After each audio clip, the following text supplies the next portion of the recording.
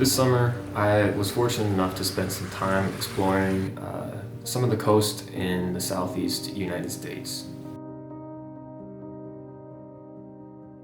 On these trips, what I normally shoot, street photography, urban city type photography, was pretty far and few between. And this is by no means a bad thing, but the bigger takeaway for me was that it's nice to take a break sometimes. It's nice to slow down. Contrary to everything that street is, slowing down can really help us in our photography, and it can help just from a mental health standpoint as well.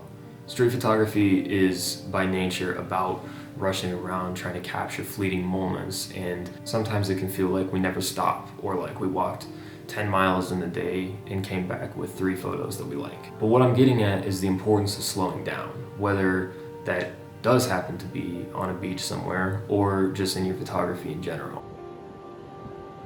This all goes back to, in my opinion at least, the idea of social media and why we take photographs these days. Street photography has never been about getting really great photos to post on social media so that you go viral.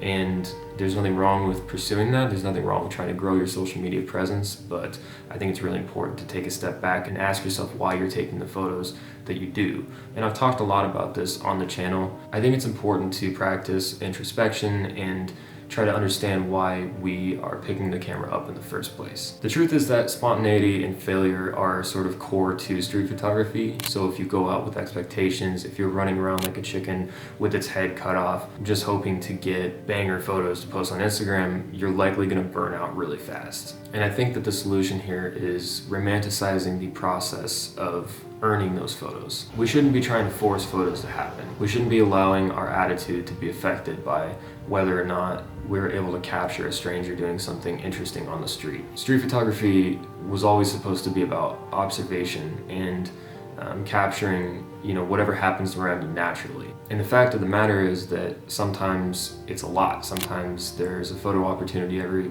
6 feet and you're coming home with 400 photos that you like, and other days nothing's happening.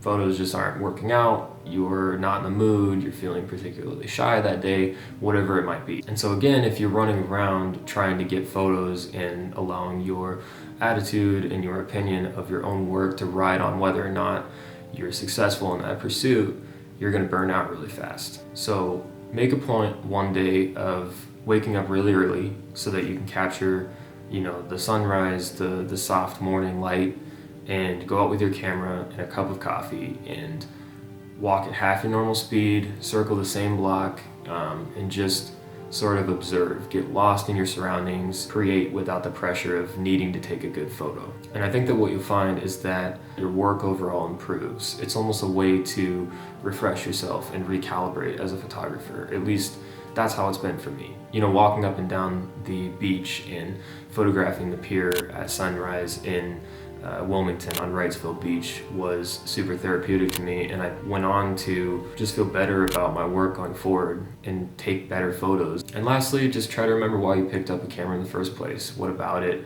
made you compelled to learn the craft? And just focus on connecting with your surroundings.